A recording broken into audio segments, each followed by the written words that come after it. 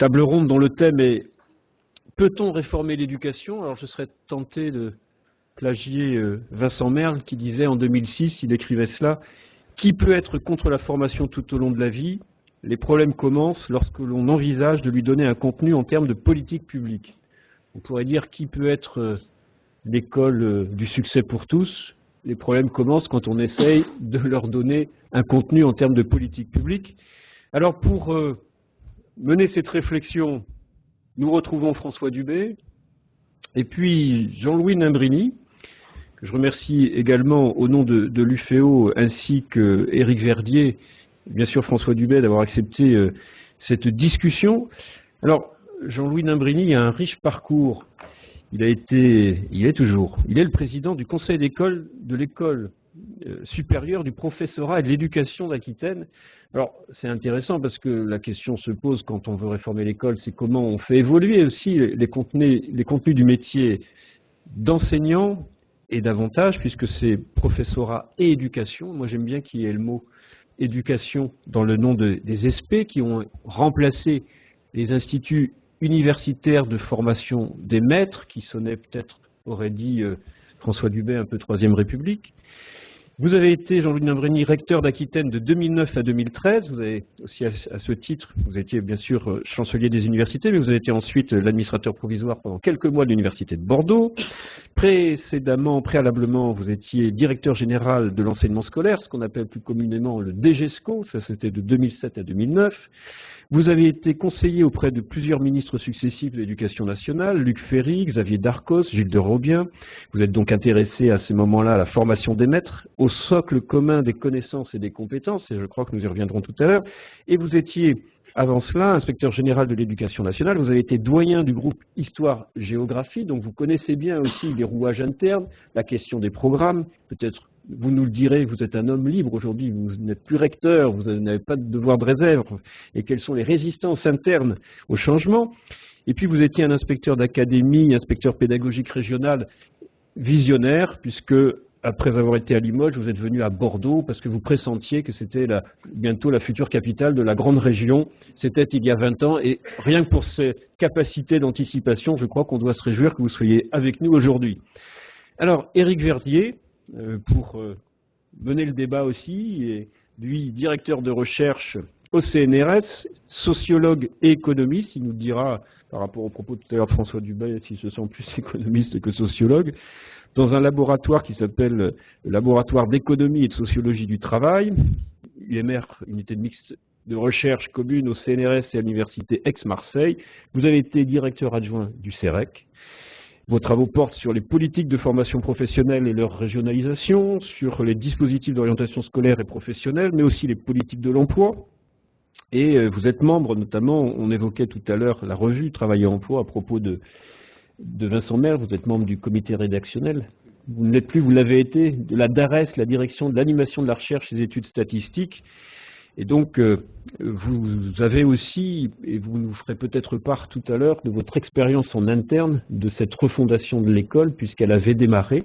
Et à l'époque, Jean-Louis Nimbrini était recteur, puisque je me souviens, vous m'aviez sollicité pour animer 2 débats sur la transition du lycée vers l'enseignement supérieur. Et donc, j'ai envie de commencer par vous. Éric Verdier, lui, a été membre des groupes nationaux et il dira comment ça s'est passé. Et vous, Jean-Louis Nimbrini, vous avez à la fois peut-être initié des choses dans votre riche parcours, conseillé aussi les décideurs et puis mis en œuvre une refondation dont on oublie quelquefois, puisque la réforme, on en parle aujourd'hui, mais que les choses ont été initiées en septembre 2012, si je ne me trompe pas. Alors, j'ai envie de commencer peut-être par le cadre de cette transformation de l'école. Comment pensez-vous que cette réforme engagée a été portée? Est-ce qu'elle a été bien comprise? Et puis, de votre expérience aussi, quels sont les freins que vous avez pu identifier dès lors qu'il s'agit de transformer l'institution scolaire? Vaste sujet. Vaste sujet, en effet. Merci de m'avoir invité, aux organisateurs de cette maison. Vous n'avez pas évoqué, mais je suis aussi présent un petit peu dans cette maison. Je l'ai oublié, vous êtes vice-président d'Aquitaine Cap Métier. Voilà. C'est un oubli impardonnable. C'est peut-être le titre dont il faut être le plus fier aujourd'hui. et dont je suis fier, n'est-ce pas? Parce que je crois qu'une maison qui essaie de promouvoir les métiers, tous les métiers, sans se poser la question de la manière dont on accède à ces métiers, je pense qu'elle est un ferment de progrès. On reviendra tout à l'heure sans doute, sur les grandes réformes qui ont été faites dans les années qui ont précédé.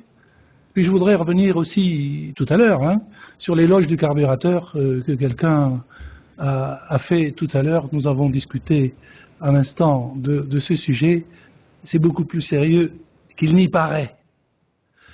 Dans un monde qui valorise les mathématiques, peut-être après la philosophie, l'histoire arrive quand même assez loin, mais le carburateur c'est rare. Voilà, donc il faudra peut-être y revenir. Alors, la refondation de l'école. Bon, chaque loi apporte une ambition. Celle-ci portait l'ambition de la refondation, c'est-à-dire remettre l'école au centre. Le projet politique était évoqué par le président de la République dès le soir de son élection. Les choses sont claires. Cependant, honnêtement, l'acteur que je suis considère que l'école était quand même fondée un petit peu avant. Vous l'avez rappelé. Elle prend ses racines très profondément, non pas dans le XIXe siècle, bien sûr, mais dans le XVIIIe, dans le XVIIe, où l'école, dès Louis XIV, au moment où l'État commence à se solidifier, est une préoccupation du centre, une préoccupation de l'État, parfois même contre les élites qui l'entourent. Donc l'idée républicaine prend ses racines dans l'Ancien Régime, idée inventée par la Révolution. Mais comme on a évoqué Antoine Pro, je ne me hasarderai pas à le concurrencer sur un terrain sur lequel il est quasiment irremplaçable aujourd'hui, j'en resterai là. Alors cette refondation, ce que l'on a fait, vous l'avez évoqué tout à l'heure, on a commencé par débattre d'un certain nombre de sujets. Sur le lycée, Bac-3, Bac+3, vieille idée.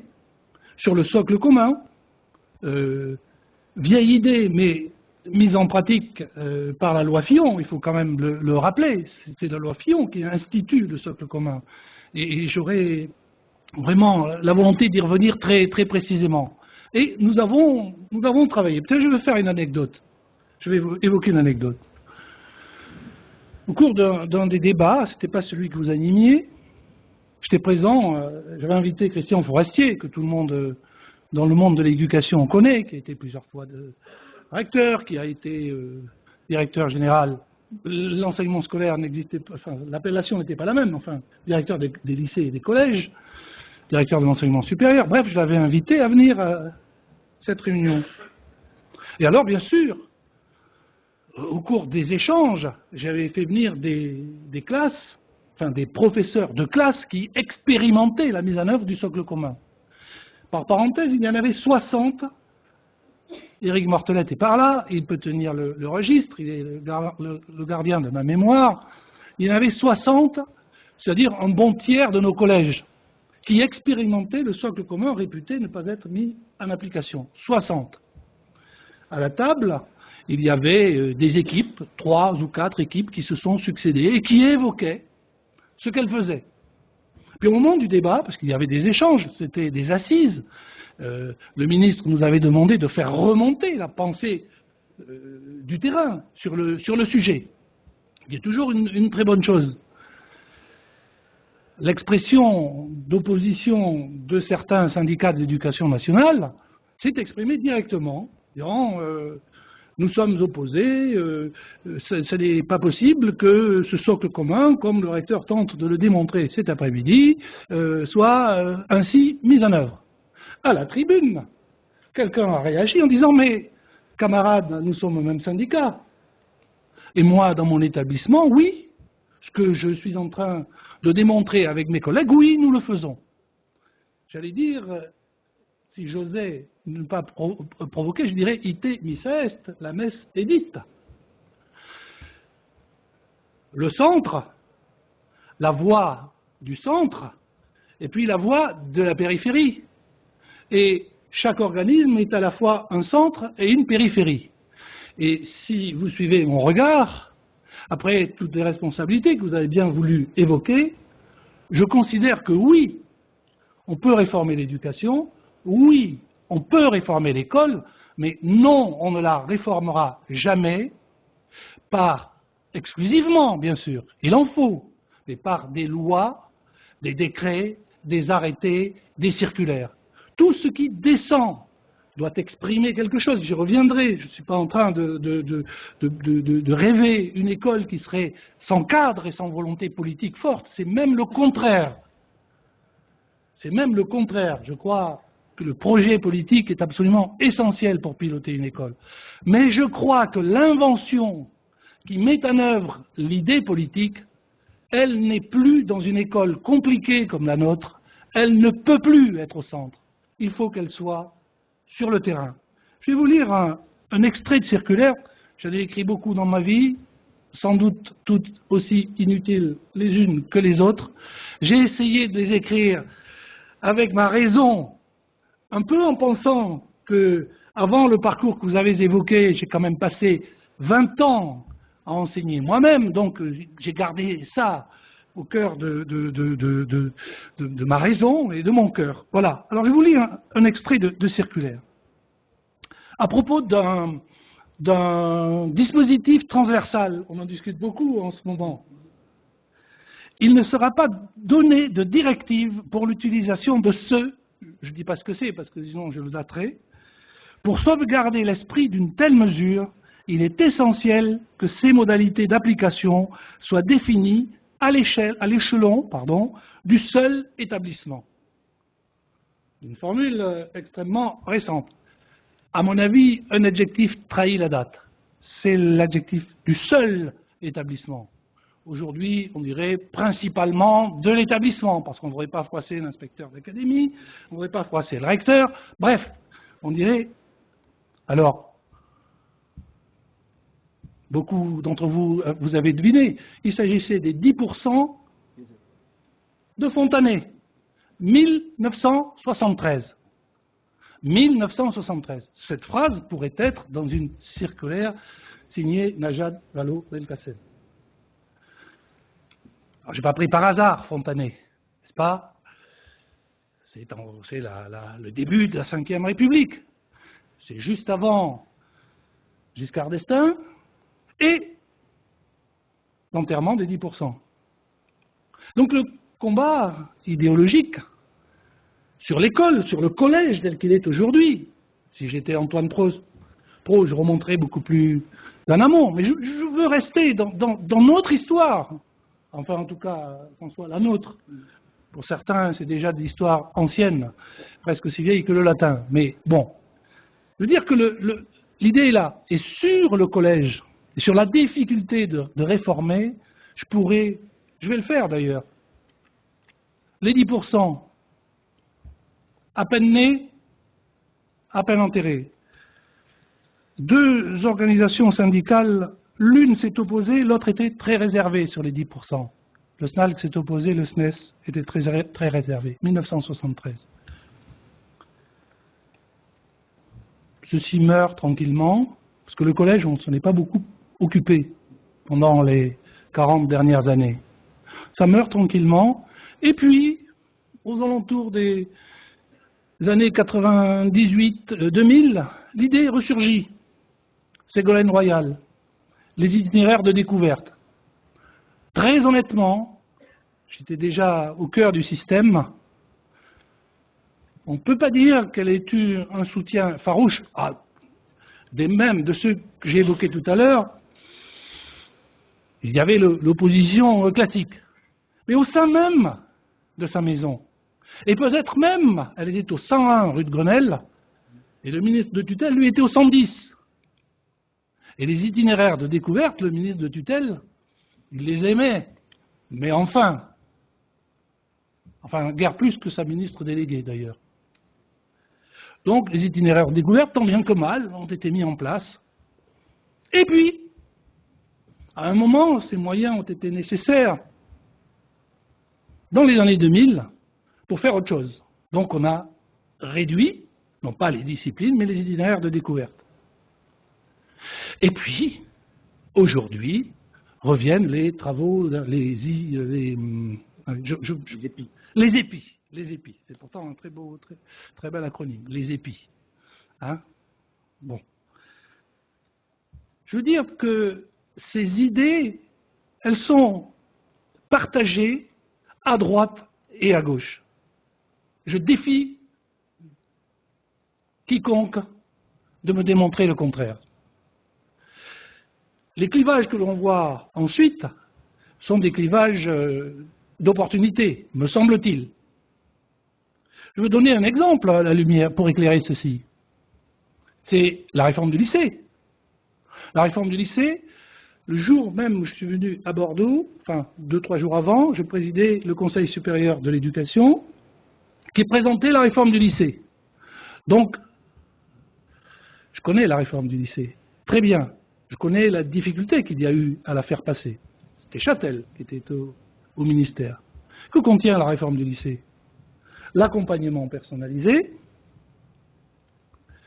les enseignements d'exploration en seconde, qui sont une approche pluridisciplinaire des sujets, et cette réforme du lycée, elle entérine les TPE, qui proviennent d'un ancien ministère de gauche. Donc, ce qui est vrai pour la réforme du lycée, ça doit être vrai pour la réforme du collège, n'est-ce pas? Vous voyez comment, lorsqu'on entre dans le concret des choses, il devient très difficile de piloter. J'ai eu beaucoup d'échanges, je me suis peu exprimé dans la période récente, d'abord parce que c'est la première fois que j'accepte de le faire, parce que c'est toujours très difficile de venir au nom de sa biographie, de son CV, dire voilà, je vais vous expliquer ce qu'il faut faire. Non, ce n'est pas du tout ce que je suis en train de faire. Je veux montrer que la volonté de changer cette institution, elle est présente. J'ai servi plusieurs ministres. Et je peux vous dire que le dernier, donc, c'était Payon. Donc, je peux vous dire, donc de lui je ne parle pas, parce qu'on a tous la mémoire de ce qu'il a fait à travers la loi. Mais je peux vous dire que Châtel, il croyait à la réforme du lycée. Il croyait à la nécessité d'aller vers le pluridisciplinaire. Le socle commun, ben, c'est l'article 2 ou 3 de la loi Fillon, c'est-à-dire c'est très haut dans la hiérarchie des choix de cette loi. Donc il y a au cœur du système des idées, alors je ne sais pas si ce sont des idées fausses, en tout cas ce sont des idées fausses que beaucoup partagent et qui nous permettent d'avancer. Jamais personne n'a pu prouver encore, puisqu'on ne l'a pas fait, que l'approche pluridisciplinaire qui met en jeu plusieurs compétences pour développer l'intelligence, c'est mieux que le monodisciplinaire. Ça veut dire que derrière, il faut des programmes différents, etc. Voilà. Le problème, et peut-être je sors de mon devoir de réserve, je suis habitué à avoir un devoir de réserve, n'est-ce pas? Non, on a toujours une liberté de parole. Les fonctionnaires, y compris les hauts fonctionnaires, sont toujours libres de s'exprimer. Évidemment, pas contre la politique définie par le gouvernement, que vous êtes censé servir. Autrement, il n'y a plus de république, hein, c'est évident. Tout le monde n'a pas à s'affronter au maréchal et à Vichy, n'est-ce pas? Bon, on est en démocratie. Donc la légitimité existe. Et je suis, de ce point de vue, férocement républicain. Mais tout de même, ce qu'il manque pour faire face aux résistances sur le terrain, pour, au fond, donner voix à ceux qui, sur le terrain, j'y reviendrai, croient à ce qu'ils font, qui inventent des dispositifs. Parce que le socle commun, l'idée d'approche pluridisciplinaire, mais elle est vieille comme les professeurs qui travaillent ensemble. On peut évoquer des souvenirs. La première année où j'ai enseigné, j'étais dans un collège, mais nous allions l'un dans la classe de l'autre, on n'attendait pas la circulaire pour nous autoriser à le faire. On a inventé du dispositif, on a inventé. Mais tout ça, ça restait non exprimé. Et toute tendance syndicale, voilà. Mais dès lors que les choses deviennent systématiques, alors naissent les oppositions. Alors qu'est-ce qu'il manque? Après, je vais m'arrêter parce que je ne veux pas parler trop longtemps. Bien, je vais vous le dire, c'est la continuité de l'expression du message politique. C'est ça qui manque. Je calculais ce matin, depuis l'époque que j'évoque, là, depuis les années 90, jusqu'à aujourd'hui, il y a eu, je ne sais plus combien, une dizaine de ministres de l'Éducation nationale, 18 mois en moyenne. Et c'est pour un sujet qui, en gros, à quelques détails près, fait consensus dans ce pays.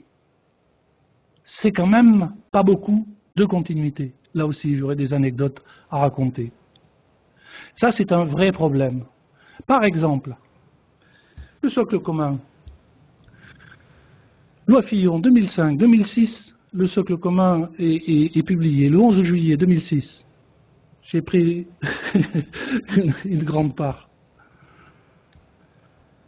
Ce socle commun, ensuite, j'étais chargé de le mettre en œuvre comme directeur général de l'enseignement scolaire. Ce qui signifiait, pour le moins, changement du DNB, du brevet. Si on a un socle commun, l'examen terminal de l'école obligatoire, le brevet, doit être la traduction des exigences du socle commun. Impossible. La seule chose qui m'a été possible de faire comme directeur général de l'enseignement scolaire, c'est de faire inscrire les 7 compétences du socle commun dans le projet annuel de performance, pardon d'être jargonnant, et le rapport annuel de performance. Qu'est-ce que c'est? C'est au moment de la loi de finances, le responsable du programme, et à l'éducation nationale, c'est le DGESCO qui est responsable de l'enseignement scolaire, de l'école au baccalauréat, et y compris d'ailleurs les BTS, cette partie-là de l'enseignement supérieur. La loi de finances est accompagnée d'un projet annuel de performance. Et vous avez toute une série d'indicateurs. J'ai réussi à faire inscrire les 7 compétences du socle commun comme la maîtrise de ces compétences comme des indicateurs du projet annuel de performance. Bon, c'était déjà un pas important. Mais il n'empêche qu'au sein même de la maison, les choses n'avaient pas beaucoup bougé parce que, après 2007, il n'y a pas eu d'expression politique forte sur la mise en œuvre du socle commun. Il n'était pas abrogé, c'était la loi Fillon. Au contraire, il était dans la loi. Mais il n'y avait pas de volonté de mettre en œuvre. D'ailleurs, bon, avec des formules sur le SMIC, etc. Par parenthèse, pour le socle commun, je me souviens de longues séances avec l'Académie des sciences, avec Yokos, mathématicien médaille Fields. Autrement dit, tout ça était comme toujours travaillé avec l'aide des meilleurs appuis. Ce n'est pas simplement quelques technocrates minimalistes de l'éducation nationale, dont on pouvait m'accuser de faire partie, qui avaient écrit ça. Non, non, loin de là. Derrière, il y avait de la science, de la compétence, en tout cas, des garanties. Ben non, il n'a pas été possible de mettre en place. C'est pourquoi, et je vous disais tout à l'heure, que les responsables ont une marge de manœuvre plus importante qu'ils ne veulent bien le dire. Quand je suis arrivé à Bordeaux, je n'avais qu'une... Parce que là, quand vous êtes à la tête d'une académie, vous avez des leviers en main, parce que vous avez des gens avec qui vous pouvez travailler. Quand vous êtes DGESCO, vous êtes très loin, vous écrivez des circulaires. Bon, avec le sort... Voilà, c'est plus compliqué. Elles sont, je veux croire, partiellement appliquées, ou en tout cas appliquées avec bonne volonté, mais parfois sans qu'on en vérifie les résultats. Mais quand vous êtes à la tête d'un espace plus petit, et que vous avez contact avec des inspecteurs qui ont envie de faire, avec des chefs d'établissement, qui font déjà, avant vous, qui ont compris qu'il fallait aller vers là pour motiver les enfants, pour limiter le décrochage. pour faire en sorte que les mathématiques ne soient plus simplement l'outil que l'on évoquait tout à l'heure, qui, avant même d'être pratiqués, font peur à celui qui y entre, parce que c'est un marqueur indélébile de l'intelligence. Donc la première équation fausse, ça y est, vous vous cataloguez dans les débiles mathématiques. Et non, avec ces chefs d'établissement, là, on allait vers quelque chose de plus transversal pour aider les jeunes à mieux comprendre. Et on arrive à nos 60 établissements qui expérimentaient, tout professeur confondu, j'allais dire, origine syndicale ou pas d'ailleurs, confondu. Et j'en viens à l'idée, c'est ma dernière phrase, qu'il nous faut un message fort de l'administration centrale. Le message, il doit être vraiment très net en termes de résultats à atteindre pour l'institution. Vous avez tant de pourcentage de décrocheurs, vous avez tel échec, etc. On fait une analyse précise sur un territoire donné et on demande aux responsables de tout faire pour que les choses changent. Objectif clair.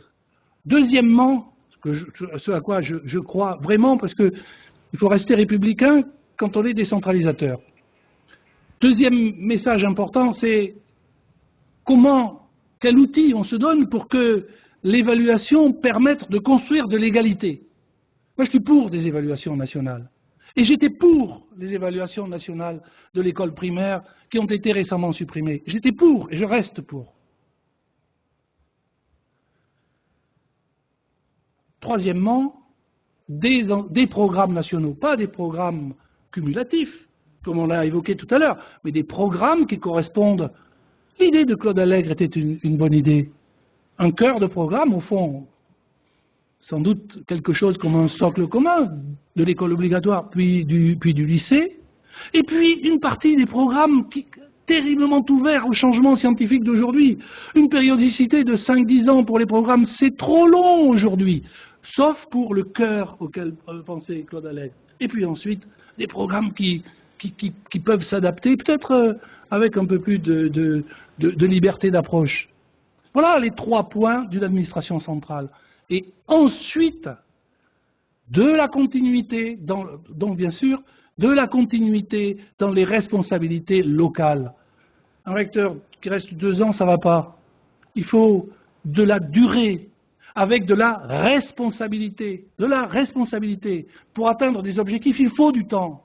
Quand vous mettez en place une politique, quand vous bâtissez un dispositif de confiance avec un établissement scolaire, il faut 3, 4, 5 ans pour avoir des résultats. Si entre-temps, les gens sur le terrain ont l'impression que le discours change, je dis bien l'impression puisque j'ai commencé en disant qu'au fond il y avait continuité, eh bien on casse des choses. Et je vais vous dire, et je termine par là, on a refondu le socle commun, on a bien fait, aucun texte n'est définitif. Mais fallait-il donner l'impression que l'ancien socle a été à jeter aux orties? Je pense qu'il y a eu une régression à ce moment-là dans les dernières années. La continuité, c'est un élément le plus important et la responsabilité des personnes sur le terrain. Alors, oui, je crois, et dernier élément, et je me reprocherai fort de ne pas l'évoquer, je crois qu'il faut enfin rendre justice aux collectivités territoriales qui mettent beaucoup d'argent dans le système éducatif, qui sont un échelon de la démocratie. On l'oublie souvent. Les parents d'élèves, ils sont électeurs de leur conseil municipal, de leur conseil départemental, de leur conseil régional. Et je pense que les sujets pédagogiques ne doivent pas être étrangers aux préoccupations des politiques de ces institutions communales, départementales et régionales. On pourra y revenir dans la discussion. Tout ceci est parfaitement compatible avec une démocratie à la républicaine qui, dans ses objectifs, reste fondamentalement centralisée. Voilà. Mais on pourra revenir sur beaucoup de sujets. Merci Jean-Louis Lambrini. Sur l'aspect effectivement des politiques locales, on pourrait mentionner le fait que certains départements d'ailleurs essaient de donner une continuité sur les aspects d'éducation et de rassembler une intervention qui est assez sectorielle entre différents sujets. Et vous avez évoqué aussi le fait que donc on est toujours à la périphérie d'un centre. Alors au moment où vous étiez engagé dans le lancement de la refondation de l'école, ici dans la région Aquitaine, Éric Verdier, que je voyais acquiescer de la tête tout à l'heure sur un certain nombre de propos, lui était membre d'un groupe de travail qui était national, si j'ai bien compris. Éric, un des 4 groupes nationaux concernant la refondation. Il serait peut-être intéressant justement comment vous avez, sur peut-être un certain nombre de questions pointées par Jean-Louis Lambrini, vécu cette expérience dans un groupe de travail auprès du centre et des lieux de décision. Oui, c'est une petite expérience par rapport à celle qui vient d'être présentée.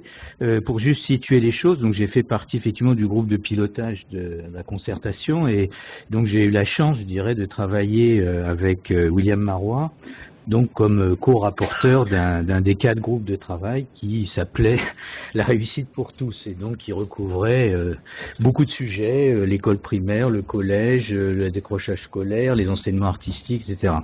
Et je trouve que ce qu'il y a d'intéressant, c'est que ce que j'ai découvert en fait, c'est, je dirais, la faiblesse des acteurs, en réalité, qui croient qu'ils sont puissants ou qui veulent faire croire qu'ils sont puissants et qui se révèlent finalement très faibles par rapport à ce qu'ils veulent porter. Je m'explique.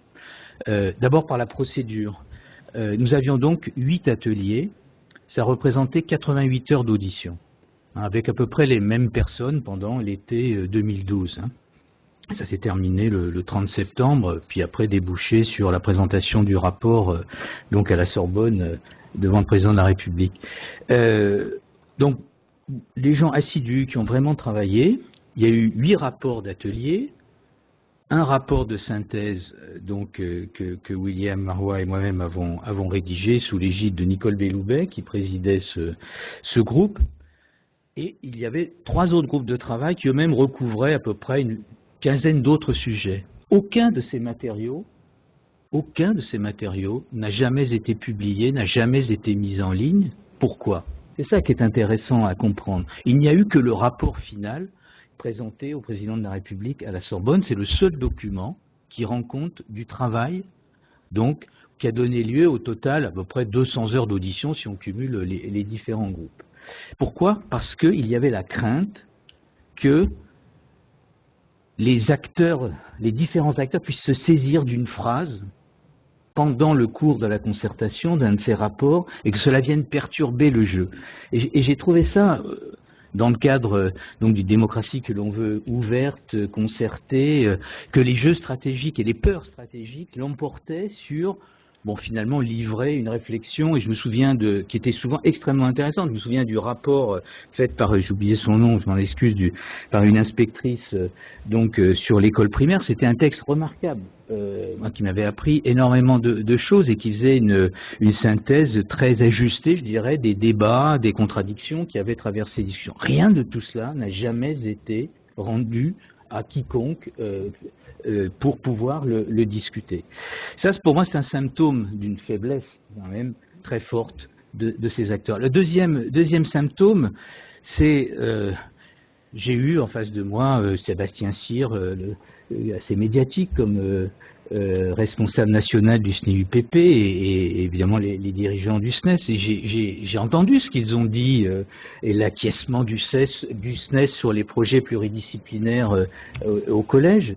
Le fait que fondamentalement Sébastien Cyr était d'accord avec la réforme des rythmes scolaires. Et puis, voilà. Vous savez, après, les prises de position totalement contradictoires. Et pourquoi? C'est parce que ces représentants sont faibles, c'est-à-dire qu'ils sont constamment désavoués ou ils ont peur d'être désavoués par leur base, ce qui montre que les problèmes de représentativité sont considérables dans les acteurs que l'on convoque dans ces concertations et que, au final, ce que l'on croyait être une concertation n'était finalement que le rassemblement de gens qui se connaissaient déjà assez bien et on aurait peut-être de ce fait pu aller plus vite pour présenter des propositions et les soumettre à un plus grand cercle et renouer peut-être avec le grand débat qu'avait mené Claude Tellot au début des années 80, parce que finalement on a eu l'impression de reparcourir, mais d'une manière un peu masquée, hein, comme je le disais, ce qui avait pu être fait une dizaine d'années auparavant. Et pour moi ça a été vraiment une sorte de révélation, cette faiblesse des acteurs, et donc le fait que derrière cela, il y a la crainte d'ouvrir le jeu, d'ouvrir le débat, et après, d'une manière, je dirais, personnelle, ayant l'occasion ici ou là de discuter de ce travail de la concertation avec des enseignants que je pouvais rencontrer, parfois à titre amical, j'ai été frappé par leur défiance de ce qui venait d'en haut. C'était des positions chez certains quasiment systématiques. Ce qui vient d'en haut, on ne le regarde plus maintenant parce qu'effectivement, on nous a tellement chargé la barque en différentes injonctions à faire ceci et cela, ce que François Dubert rappelait tout à l'heure, hein, l'ensemble des dispositifs qui ont été mis en œuvre parce qu'on ne réforme pas le cœur du système et donc on fait des ajustements un peu aux marges mécaniques et on introduit donc des bidules divers et variés. Et au final, je dirais le découragement, moi c'est ça qui m'a finalement frappé, c'était entre l'allant de la concertation et puis le découragement de ceux qui étaient censés la mettre en œuvre, l'écart était tout à fait considérable. Et ça a été voilà, une leçon assez forte pour ce qui me concerne. Deuxième chose que je voulais dire, c'est effectivement qu'il y a des formes de continuité très grandes. Parce que, par exemple, sur le lycée, au moment de la concertation, on nous a dit que le lycée, c'est pas un sujet. La réforme est en cours, laissons-la cheminer, on verra après. De la même manière, l'un des sujets qui a été fortement discuté, c'était l'école du socle. Donc ça repartait effectivement du socle, alors avec des critiques, notamment sur l'instrumentation qui avait été censée soutenir la mise en œuvre du socle, notamment les livrets de compétences. Bon, mais je vais pas rentrer dans ces débats très techniques. Ce qui m'a là aussi frappé, c'est que était au centre des intentions du politique, c'est la mise en œuvre de cette école du socle, et que au final, il n'en reste finalement pas grand-chose à l'heure d'aujourd'hui, me semble-t-il, y compris même dans les textes. Et je me souviens d'une phrase d'un des ex-représentants du SNES, il n'était plus secrétaire général à ce moment-là, entendant des débats qui n'avançaient pas sur cette école du socle, qui consisterait à introduire donc une forte continuité, non plus entre le collège et le lycée, mais entre l'école primaire et le collège, fatigué, je dirais, par ces débats qu'il avait dû connaître de multiples fois, il prend le micro et il dit « Est-ce qu'on ne pourrait pas dire, là, tous ensemble, que un seul professeur, un seul enseignant en CM2, ce n'est pas assez, et que 13 ou 14 en 6e, c'est trop ». Donc on pourrait peut-être... Voilà. Et il essayait de faire passer l'idée que cette école du socle pouvait rencontrer un assentiment, mais là, sur ce point-là, l'échec a été cuisant. Et donc, là encore, preuve de la faiblesse, finalement, des acteurs par, je dirais, diffusion d'un régime de défiance. Alors, c'est vrai que c'est préoccupant, parce qu'on peut les mettre sur un même plan, c'est de formes de faiblesse, soit du décideur, soit aussi des représentants, on dirait de la société civile organisée directement concernée, et là c'est des enseignants, parce que à travers ce que nous disait tout à l'heure François Dubet, lorsqu'on évoquait la question des idées, l'articulation de la connaissance, et notamment des sciences humaines et sociales à la pratique et questions politiques, moi j'ai en tête ce que nous disent dans cet écrit, cet essai sur agir dans un monde incertain, un essai sur la démocratie technique de Michel Callon et Pierre Lascoum et Yannick Barth, c'est de dire que finalement ce dont nous avons besoin, c'est d'une démocratie dialogique. Et le sentiment, c'est que le dialogue fait peur. Il fait tellement peur que lorsqu'il y a des idées qui émergent, on préfère les dissimuler parce qu'on a peur. Alors peut-être que c'est un des effets aussi du contexte. Depuis tout à l'heure, on voit bien que le débat, à travers les tweets. On est peut-être à l'heure où la complexité des débats devient plus difficile. Je ne sais pas ce que vous en pensez les uns les autres, parce qu'on va chercher la petite phrase, et puis on va la décontextualiser, et puis on va la réinterpréter en fonction de ce qu'on présuppose de l'intention de l'autre, etc. Et y compris, on oublie des éléments à la fois de continuité qui transcendent les clivages politiques, mais en revanche aussi peut-être des éléments de discontinuité dans la communication, puisque tout à l'heure, ce que disait Jean-Louis Lambridis, c'est qu'il n'y avait pas eu d'expression politique forte sur le socle commun. Alors, qu'est-ce qu'on fait de tout ça, François Dubé ? Je ne sais pas, moi je voudrais réagir, mais je ne peux pas réagir de manière dissonante. Alors j'ai une expérience très limitée. Moi j'ai été chargé de faire une réforme des collèges, très grosse affaire, 7500 collèges qui répondent, des centaines de débats, enfin bon. Puis j'ai été dans la commission Tello, qui a été une belle réussite habermasienne, au fond, quand même. C'est-à-dire que des gens intelligents se réunissent, échangent d'idées. C'est pas beaucoup troublé d'ailleurs.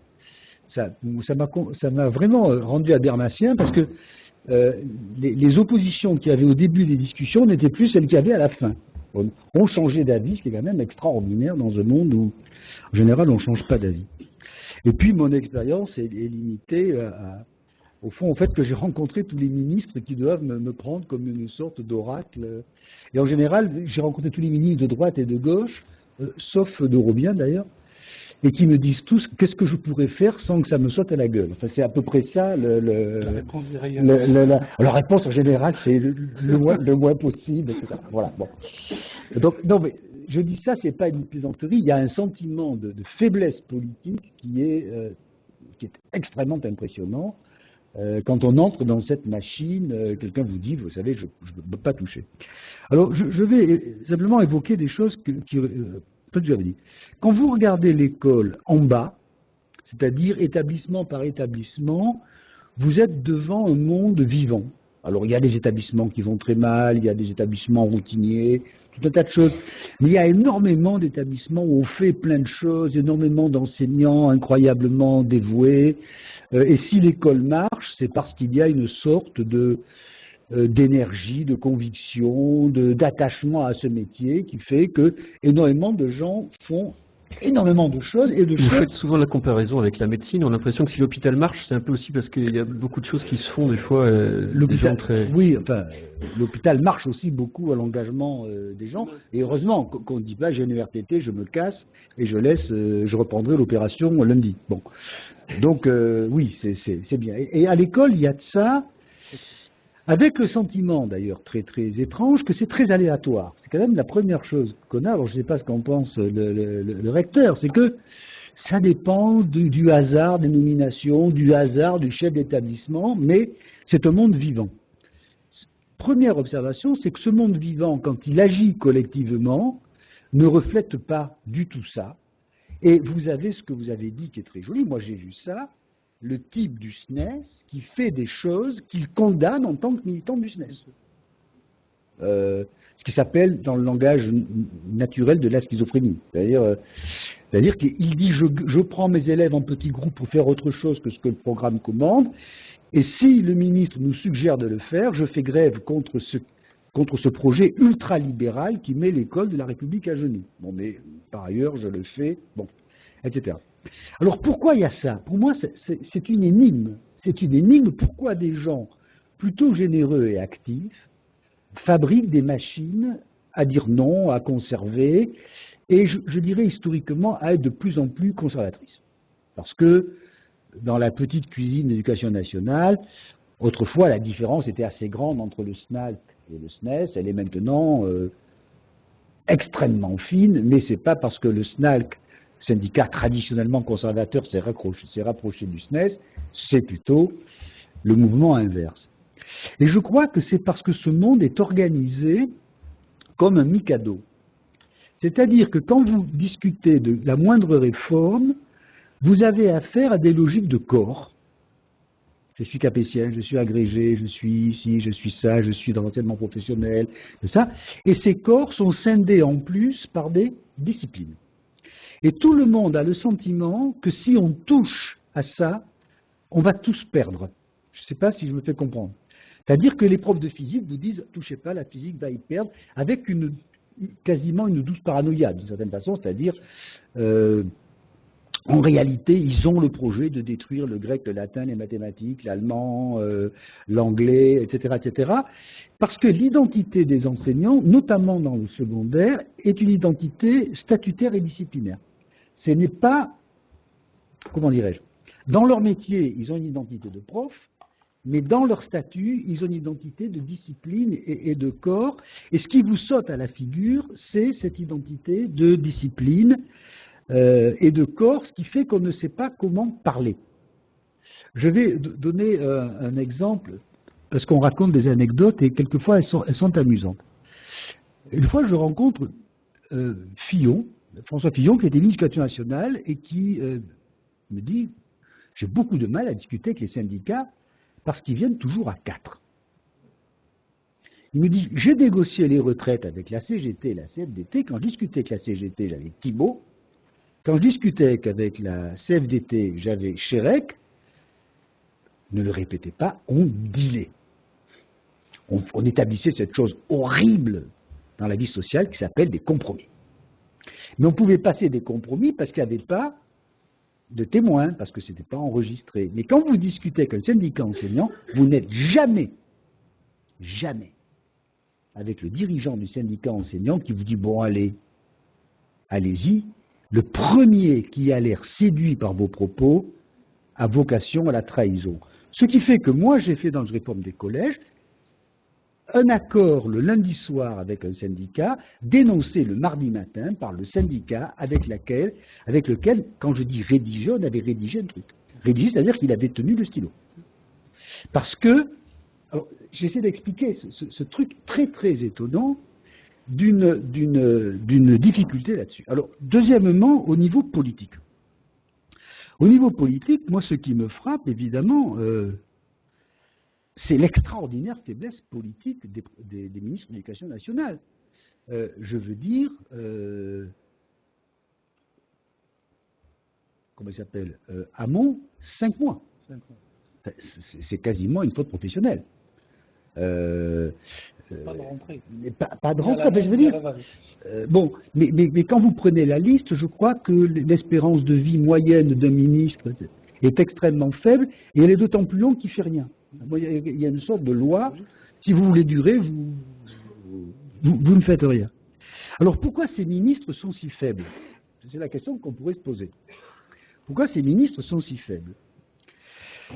Moi, il me semble qu'ils sont faibles parce que l'école est devenue, dans la vie des familles françaises, un enjeu d'une telle importance que le risque politique de déstabiliser le jeu scolaire est payé cash.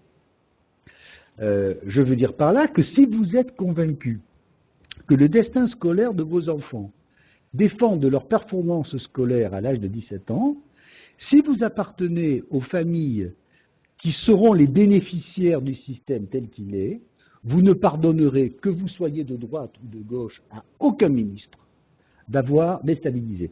Quand Peillon a évoqué le mot classe préparatoire, il a tenu 2 jours. Et il avait contre lui le Parti communiste, le NPA, le Front National, l'UNP, etc., etc. Enfin, je veux dire, on peut tout faire, mais là, il ne faut pas déconner. Quand même, bon.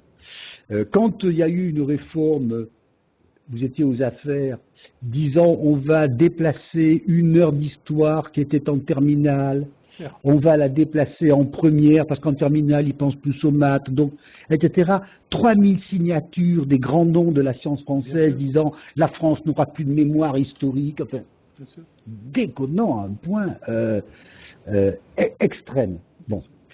Et le problème que vous avez, c'est que quand vous agissez, quand vous réformez un système, par exemple au nom du socle, en vous plaçant du point de vue de l'intérêt des élèves, je dirais des intérêts des élèves moyens ou de l'intérêt des élèves faibles, vous n'avez pas de clientèle électorale. C'est-à-dire que, et là Bourdieu a raison, c'est-à-dire que la force des qualifications scolaires est telle que si vous n'avez pas de qualification scolaire, vous considérez qu'il est illégitime d'avoir une idée, une opinion ou une action sur l'école. Donc, vous agissez en faveur des formations professionnelles, personne ne vous en rendra grâce. Vous agissez en faveur des 20% d'élèves qui ont du mal à lire, personne ne vous en tiendra grâce.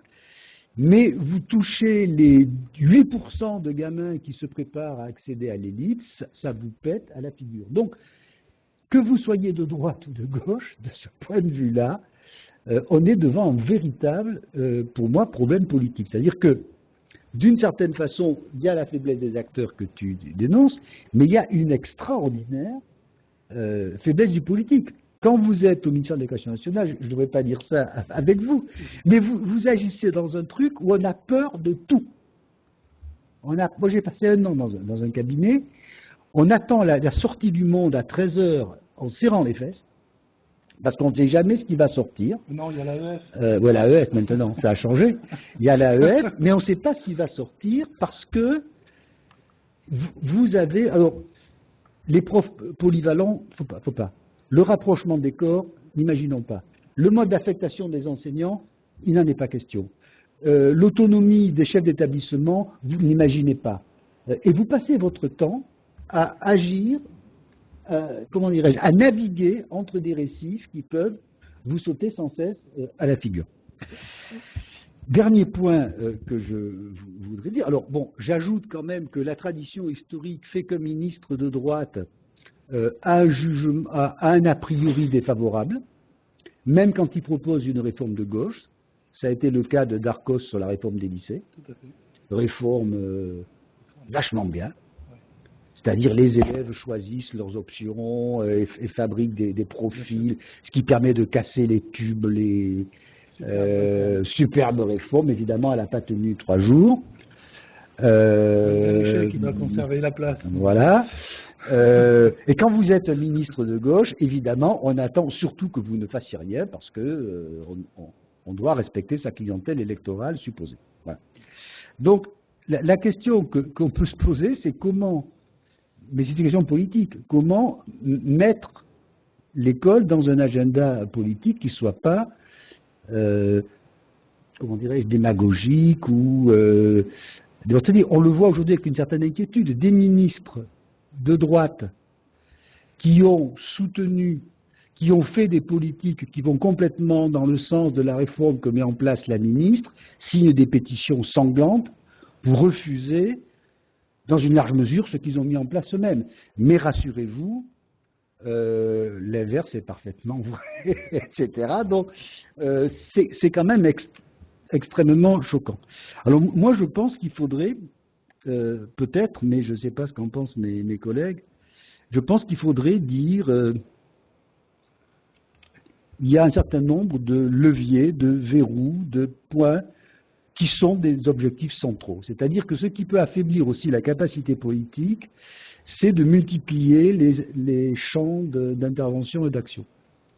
Alors moi, si on regarde au fond les problèmes du système scolaire français, on a quand même le sentiment qu'il y a 3 points importants. Le premier, et je pense qu'on a raté, c'est la formation des enseignants. Moi, je reste persuadé que, et je dis ça dans cet endroit parce que là on peut le comprendre, les enseignants sont des professionnels et les professionnels, ça se forme dans des écoles comme on le fait pour les ingénieurs, les médecins, les travailleurs sociaux, les infirmières.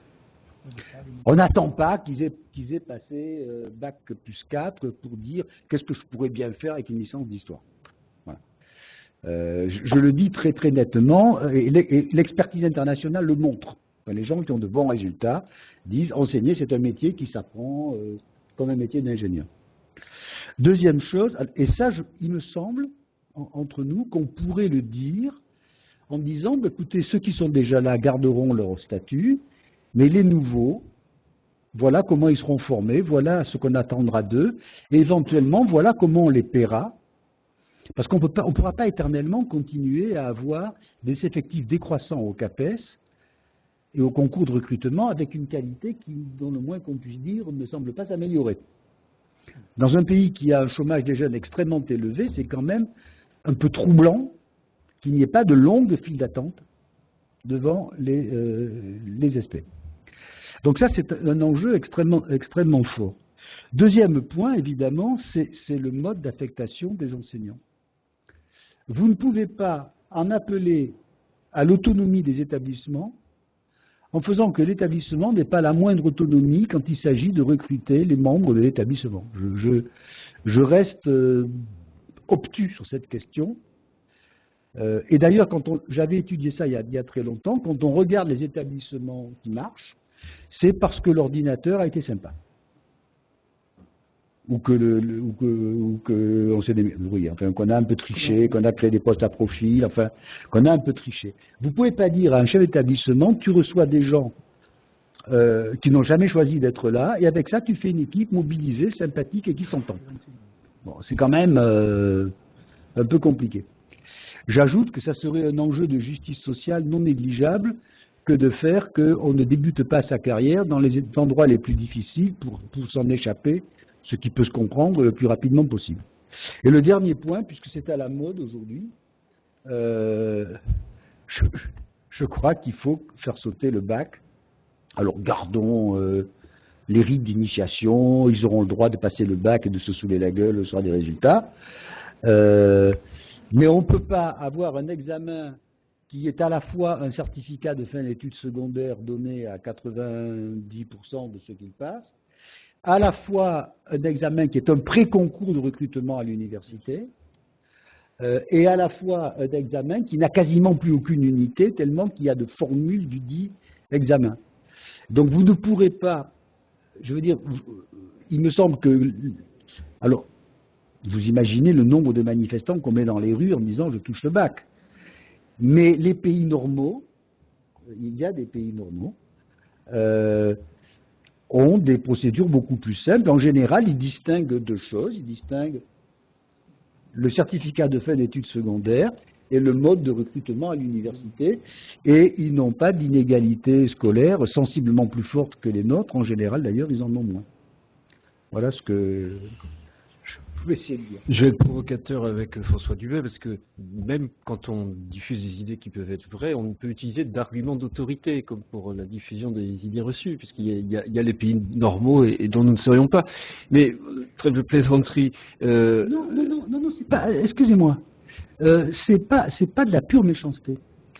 C'est pas de la pure méchanceté, parce qu'un des effets très très positifs, je pense que Eric sera d'accord, de PISA, c'est d'avoir fini par faire comprendre aux Français qu'il y avait d'autres manières d'organiser l'école que la nôtre. Mais je peux vous dire que quand je travaillais jusqu'à la fin des années 90, quand vous disiez à une assemblée d'enseignants qu'il y a des pays dans lesquels le taux de redoublement était de 3%, les gens vous disaient c'est pas vrai. Les gens vous disaient c'est pas vrai. Les gens n'imaginaient même pas qu'ailleurs on puisse faire l'école autrement que chez nous. Donc, dire qu'il y a des pays normaux, c'est pas complètement... C'est pas que méchant. C'est pas que méchant, c'est vrai qu'il y a des pays normaux. Alors, Jean-Louis Nambrini voulait réagir, il acquiesçait lui aussi, mais peut-être aussi avec sa casquette de président de l'école supérieure du professorat et de l'éducation. Je disais que j'aime bien le mot éducation parce qu'on éduque des jeunes, on enseigne plutôt une discipline, et moi mon sentiment c'est qu'on a un peu de mal à faire admettre que l'enseignant a vocation à être un éducateur aussi, et donc vous avez été doyen du groupe Histoire-Géographie, donc vous savez le poids des disciplines dans l'institution scolaire, mais comment on fait en sorte aussi qu'il ait un rôle d'éducation plus large, et puis peut-être aussi d'ensemblier différents champs disciplinaires, ce que plaide peut-être l'approche par thématique.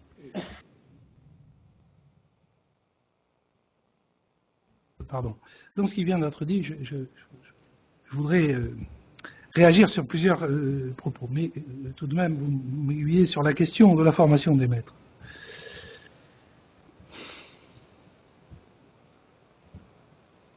On ne fait pas du nouveau avec de l'ancien. Le poids des IUFM dans l'ESP est terriblement important. Et la place de l'université n'est pas suffisamment importante. Il y a un élément essentiel de la réforme Payon, donc dans les SP, qui a été puisé dans la loi Fillon. C'est la master... Il y a un débat parce que tout à l'heure, François Dubé parlait des IRTS, des travailleurs sociaux, les infirmiers. C'est récent qu'on a universalisé la formation des infirmières et c'est pas encore le cas pour les travailleurs sociaux. Et vous dites que l'université n'est pas assez présente. Je vais dire pourquoi. Il y a un élément essentiel des SP. Pour moi, c'est un combat que nous devons poursuivre. C'est la masterisation. Que je sache, aujourd'hui, à l'École supérieure du professorat et de l'éducation, on prépare un master et le grade, il est donné par l'université. Et dans mon propos, il y a l'importance, et je parle devant François Dubé, bien sûr, il sait de quoi nous parlons, puisqu'il est lui aussi au conseil d'école de l'ESP d'Aquitaine. C'est la place de la recherche. C'est par la recherche que l'on rendra la formation des maîtres plus concrète et plus pratique. C'est par la recherche. Alors je sais bien, c'est peut-être ça une idée reçue, mais tant pis, je l'assume celle-là. Je pense que le modèle articulé sur les disciplines, et je pourrais y revenir, parce qu'effectivement vous avez évoqué mon passé de doyen du groupe d'histoire-géographie, donc porteur de cette identité disciplinaire dont a fort éloquemment, et je partage à 100% ces propos évoqués, que François Dubé a évoqués. Je pense que c'est par la recherche que l'on montrera la pertinence du fait de faire à la fois un professeur chargé de diffuser du savoir scientifique, et le savoir scientifique il est moins disciplinaire qu'on l'imagine, quel que soit le champ, voir ce qui se passe dans les laboratoires aujourd'hui à l'université, et aussi la dimension éducative, où sont... C'est pas de la démagogie parce que j'ai François Dubé à côté de moi, mais où est le sociologue, le psychologue, la personne qui sait dans ces domaines-là l'importance de l'approche éducative dans la formation des maîtres? Où est-elle? Ça n'est que il faudra qu'on aille jusqu'au bout du processus de masterisation pour changer la formation des maîtres. Et ça, fort opportunément, c'est la loi Fillon, il faut le dire. La création des SP ne l'a pas changé. L'ambiguïté, elle est dans le fait qu'on crée une école qui n'est pas une école, qui est une dépendance de l'université.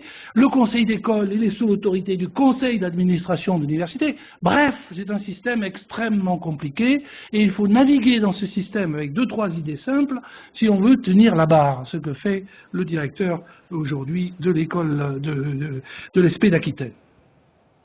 Sur l'identité disciplinaire, mais bien sûr, dans un monde où les professeurs sont contestés, tous les scientifiques sont contestés. On conteste le médecin, on conteste le dentiste, on conteste l'avocat, on conteste le notaire, on conteste tout le monde, on conteste les professeurs.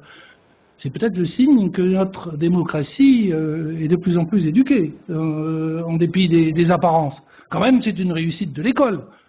Parmi les mots les plus importants de tous les programmes, des intitulés d'ouverture des programmes, il y a le mot « développer l'esprit critique ». C'est réussi. Mais au dépend, évidemment, de l'institution elle-même, bien évidemment. Alors, qu'est-ce qu'il reste? Il reste ce qui est absolument identitaire.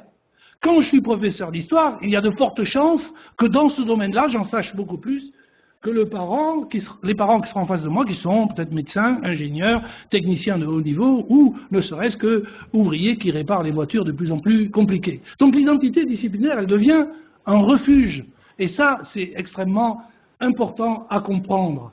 Et derrière, il y a une organisation de la maison. Ceux qui sont au courant des débats actuels de l'éducation nationale savent que, et je crois que c'est l'AEF qui l'a organisé, on discute du devenir des inspections générales. Sous-entendu, qu'est-ce qu'on fait de l'inspection générale de l'éducation nationale qui est organisée en groupe disciplinaire? C'est ça. Et cette question-là, je peux vous dire qu'on en débat depuis que je suis, en tout cas ma propre mémoire, depuis que je suis inspecteur général. Donc ça fait quand même 20 ans et plus. Bon, voilà. Déjà, en 2000, on voulait rapprocher les deux inspections générales. Mais que seraient devenues les disciplines? En tout cas, l'affichage, parce que c'est le groupe histoire-géographie, c'est le groupe enseignement des physiques fondamentales et appliquées. Enfin, toujours, il y a toujours du fort disciplinaire. Voilà. Ça, je crois que c'est une chose, je ne donne pas de solution. Beaucoup de ministres se sont cassés les dents sur ce sujet. On en redébat aujourd'hui, c'est normal, tous les 5 ans, on se pose les mêmes questions.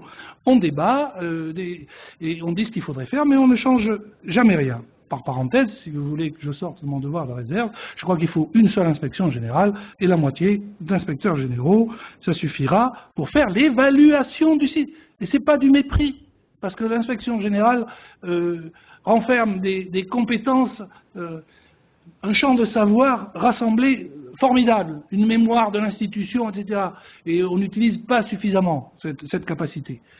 Elle ne peut pas tout faire, évaluer encore des enseignants, faire des évaluations disciplinaires, travailler au programme, de temps en temps évaluer les résultats du système, je dis bien de temps en temps. Donc il faut savoir ce qu'on fait. Voilà. Est-ce qu'il faut un dispositif à l'anglaise où on a un véritable, voilà, une agence extérieure? Pourquoi ne pas se poser ce genre de questions? Voilà. Mais ça, je l'ai dit tout à l'heure, je ne me mettrai jamais dans la peau de quelqu'un qui explique ce qu'il faut faire alors que je n'ai pas fait quand j'avais l'opportunité d'être plus actif, peut-être. Mais en revanche, je propose une solution. Je crois que ça ne viendra pas du centre, le changement. On l'a évoqué tout à l'heure. L'anecdote qu'évoquait François Dubé sur « j'ai discuté avec un syndicaliste qui, le lendemain, a désavoué l'accord que l'on avait passé, y compris lorsqu'il tenait le stylo ». J'ai la même anecdote sur le socle commun. J'ai la même. Strictement identique. Et d'ailleurs, avec le même. Ce qui prouve une belle continuité de pensée. Oui, mais je vais dire, on dira pas son nom. Non. Mais il est à la retraite, il n'est plus syndicaliste et il vient de faire un texte très très intéressant sur les programmes du cycle 4. Voilà. Bon. Oui. Alors je pense que, et je reboucle un petit peu avec ce que je disais tout à l'heure, je crois que ne confondons pas, ça ne veut pas dire que je ne crois pas au message politique fort et à la traduction par l'administration centrale, par des textes d'orientation très forts en termes d'objectifs à atteindre, en fonction de la réalité des territoires, etc., etc. Bon, je ne reviens pas là-dessus. Ça, je crois que c'est vital dans notre pays, qui est quand même marqué par cette volonté d'égalité des territoires. C'est peut-être une idée reçue, une idée fausse aussi, mais bon, ça fait tenir la République debout. Bon, voilà. Je crois que le changement viendra par la confiance au terrain et par l'expérimentation. L'expérimentation. Et pas l'expérimentation telle qu'on l'a conduite jusqu'à aujourd'hui. Le ministère décide qu'on expérimente dans un secteur, on bricole une expérimentation pendant 1 an, l'année d'après on généralise. Non, c'est pas ça une expérimentation. Une expérimentation, c'est sur 3, 4, 5, 10 établissements qui ont un fort taux de décrocheurs, dire bon mais voilà, dans 5 ans, vous avez carte blanche sur tel ou tel secteur, telle ou telle possibilité, etc. On verra les résultats, vous nous direz comment ça va marcher. Je ne crois pas à la centralisation des méthodes si je crois à la centralisation des objectifs. Et ça n'est pas vrai. Les territoires, on n'enseigne pas partout de la même façon. Il ne serait-ce que pour la raison simple qu'on évoquait tout à l'heure, c'est que les équipes sont différentes. Les équipes sont différentes. Et pourquoi faudrait-il du transdisciplinaire partout ? Alors, je ne crois pas à des réformes systémiques, si vous voulez, parce que 3, 4, 5 ans, 6 ans après, elles ont été, on croit qu'elles ont été appliquées. La réforme du lycée, regardons-la de près. Regardons-la de près, on verra bien. Ce qu'on a fait des enseignements, de l'aide personnalisée, etc. Regardons de près. En revanche, si vous laissez des équipes qui portent ces objectifs, elles ont de fortes chances de le porter le plus loin possible. Et après, si le politique voit que cela sert ses objectifs, alors à ce moment-là, il pourra agir différemment. Et puis, un tout dernier mot, je vous promets, je me tais. Sur mais oui, il faut revisiter notre système de concours. C'est le système qui n'est plus attractif. C'est pas simple, on dit c'est le métier, mais c'est le système qui n'est plus attractif. Il vous oblige à vous déplacer, il vous oblige à rompre avec ce qui fait votre attachement, etc. J'avais travaillé avec Pierre-Yves Duvoy il y a quelques années, qui était longtemps secrétaire général du ministère, mon vieil ami, si tu m'entends, tu vois que je suis fidèle à notre pensée commune, à l'idée de concours à affectation régionalisée, quelque chose qui qui casse un peu cette souffrance, parce que c'est très dur pour un étudiant de changer, d'aller dans un lieu dans lequel il ne veut pas aller, etc., etc. Voilà, je crois que ce système-là a vécu. Et puis, oui, il faut enfin tirer les conclusions sur le fait que l'école et le collège, c'est un ensemble, le lycée et le premier cycle universitaire, c'est un deuxième ensemble, le master, ensuite, c'est un troisième ensemble. La coupure, elle remonte à Napoléon, n'est-ce pas? Et peut-être, alors c'est un sujet en soi qui mériterait même peut-être une UFO, la formation des enseignants, et puis je ne vais pas relancer le débat, moi j'aurais envie de dire sur cette question d'expérimentation, il y a 2 mots en anglais, to experiment et to experience, et je pense que c'est un enjeu d'expérientiation aussi, parce que, et ça rejoindrait peut-être la question des IRTS, d'autres façons de se former, c'est qu'il y a aussi... Dans les sciences d'éducation, on parlait quelquefois de praxéologie. C'est aussi la connaissance qu'on produit par l'action concrète, par la pratique. Et il n'empêche quand même que, et là je rejoindrai ce qu'a effleuré tout à l'heure François Dubet, peut-être que la question intervient un peu tardivement et qu'on a le sentiment aujourd'hui qu'il y a des futurs enseignants qui décident à Bac plus 4 ou et qui découvrent à Bac plus 4 ou Bac plus 5 ce qu'est un élève. Et c'est un peu préoccupant par rapport aux carrières.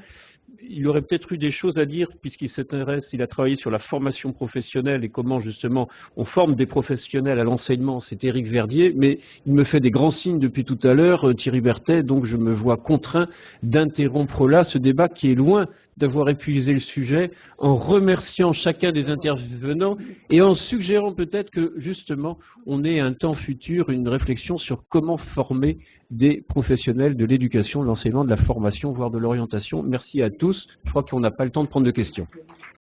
Alors, revenons-en à la question de la formation professionnelle et de son argent. Chacun sait qu'on raconte énormément de salades